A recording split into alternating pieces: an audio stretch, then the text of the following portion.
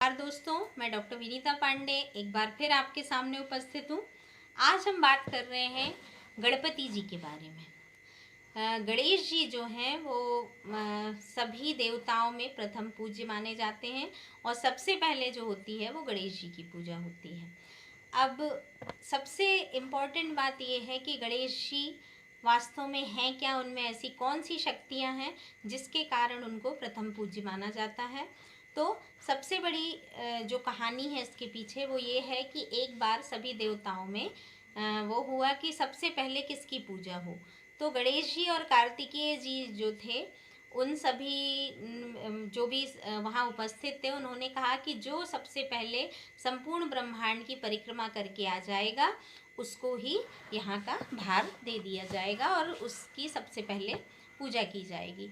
तो कार्तिकेय जी मोर के आसन पर सवार होकर के निकल पड़े ब्रह्मांड की यात्रा के लिए। उस बीच गणेश जी ने सोचा कि ब्रह्मांड की यात्रा करना और मैं इतना छोटा सा, ये सारी चीज़ें मैं क्या करूं। तो उन्होंने वहाँ देखा कि माता पार्वती के साथ भगवान शंकर बैठे हुए थे, बातचीत कर रहे थे।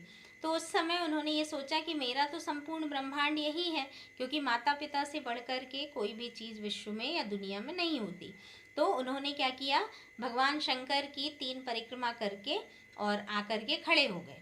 जब कार्तिकेय जी आए और बाकी सब देवताओं ने देखा कि अरे गणेश जी तो खड़े हो गए, तब उन्होंने पूछा कि आपने कहाँ वो की है ब्रह्मांड की संपूर्ण यात्रा। तब उन्होंने बताया कि माता पिता ही संपूर्ण ब्रह्मांड होते हैं, तो मैंने इनको ब्रह्मांड मान करके इनकी परिक्रमा की है। और तभी से उनकी बुद्धि को बहुत ही शार्प माना जाता था। उनकी तर्क शक्ति बहुत अच्छी थी और वे बुद्धि के देवता कहलाए और बुध ग्रह के स्वामी होते हैं भगवान गणेश जी। तो तभी से उनकी प्रथम पूजा होने लगी।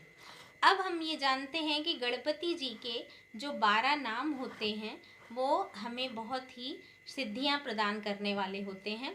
और अभी गणेश चतुर्थी का त्यौहार आने वाला है, तो आप लोग देखिएगा कि गणेश जी के जो 10 दिन होते हैं उनमें हमको गणपति जी के ये 12 नाम जो होते हैं, जो विभिन्न विभिन्न कार्यों के लिए लिए जाते हैं, उनका फ़ायदा हमें उठाना चाहिए। तो सबसे पहला नाम है उनका सुमुख, जिसके लिए जिसके माध्यम से गणेश जी का अथर्वशीष पाठ किया जाता है। और सुमुख नाम अगर आप लेते हैं तो उतना फल मिलता है आपका जितना आप गणेश अथर्वशीष को पढ़ते हैं। दूसरा नाम है उनका विघ्नेश्वर। तो विघ्नेश्वर का अर्थ होता है आपका शेषनाग। और विघ्नेश्वर जो गणेश भगवान होते हैं उनको मोदक का भोग लगता है और गणेश सहस्त्र नाम के बराबर इनका विघ्नेश्वर नाम लेने का फल प्राप्त होता है। तो ये विघ्नेश्वर हैं। अगर मान लीजिए आपके जीवन में कोई बड़ी समस्या है तो आप सूखे नारियल को गणेश भगवान को चढ़ाकर उसको नदी में विसर्जित कर सकते हैं। तीसरा नाम है भगवान गणेश का, जिन्हें गजानंद कहा जाता है और इनका नाम लेने से आपको ग्रह की बाधाओं से मुक्ति मिलती है। तो ये आपको, और इसमें आपको पंचामृत का भोग लगाना चाहिए और सिंदूर में ला करके गणेश जी का तिलक करना चाहिए। अगले गणेश जी का नाम आता है हमारा गणाध्यक्ष। तो गणाध्यक्ष जो होता है वो वास्तुदोष की शांति के लिए, वास्तुदोष संबंधी समस्याओं के लिए गणाध्यक्ष के नाम का जप किया जाता है। इन्हें दूर्वा की माला चढ़ाई जाती है और 21 लड्डू जो हैं वो प्रथम बुधवार को भोग लगाया जाता है। आगे आपका विकटाय नमः या विकट जो नाम है गणेश जी का, वो संतान प्राप्ति के लिए किया जाता है। इसमें श्वेतार की प्रतिमा बनाते हैं और हल्दी के रंग से हल्दी के रंगे हुए कपड़े में इनको लपेट करके रखा जाता है और 108 बार इनका ओम क्लीन उमा सुताय नमः मह्यम सुतम देही, इसको ये आपका एक मंत्र है जिसको आपको करना चाहिए। इसके बाद आपका आता है एक दंत। तो एक दंत गणेश भगवान का नाम है और ये धन वृद्धि के लिए किया जाता है। एक ओम एक दंताय धीमहि तन्नो दंती प्रचोदयात। तो ये आपको, जब आप एक दंत का नाम लेते हैं तो आपको गणेश चालीसा पढ़ने के समान आपको पुण्य फल प्राप्त होता है। आपको इसमें 4 बताशे और 4 पान आपको गणेश जी को चढ़ाना होता है। इसके बाद आते हैं आपके लंबोदर गणेश भगवान। तो लंबोदर जो होते हैं उनके 11 पाठ करना चाहिए, जिसमें आप ओम नमस्ते अस्तु लंबोदर एक दंताय धीमहि, आप इस तरह का जप कर सकते हैं या लंबोदराय नमः का जप कर सकते हैं। फिर आपका आते हैं विनायक। तो विनायक नाम का पाठ जो है वो शत्रु के भय से बचाव के लिए किया जाता है। इसमें हम अष्ट धातु के गणेश जी की पूजा करते हैं और सावन की चतुर्थी से भादों तक ओम श्रीम वरद मूर्तये नमः ये मंत्र होता है, जिसको हमें शत्रु भव से बचाने के लिए किया जाता है। इसे 108 बार करते हैं।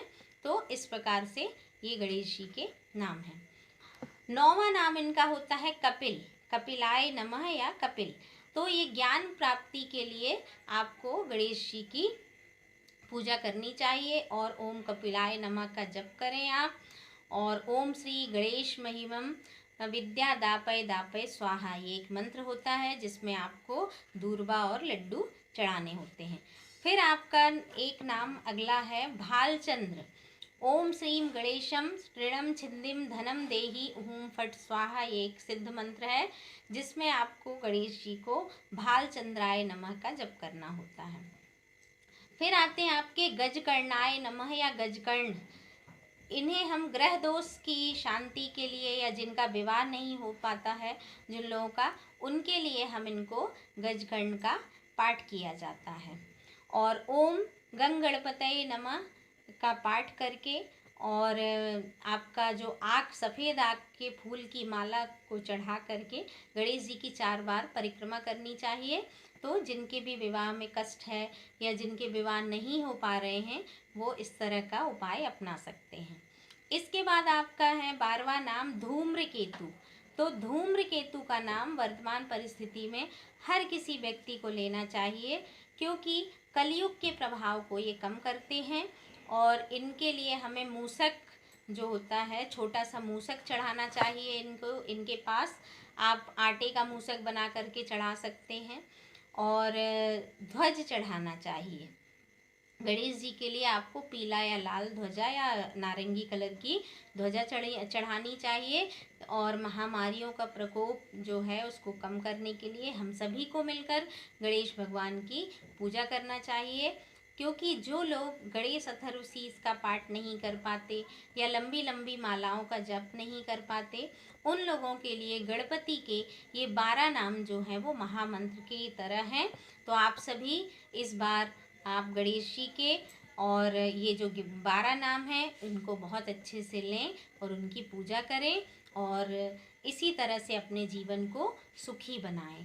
ओम गंगणपतये नमः।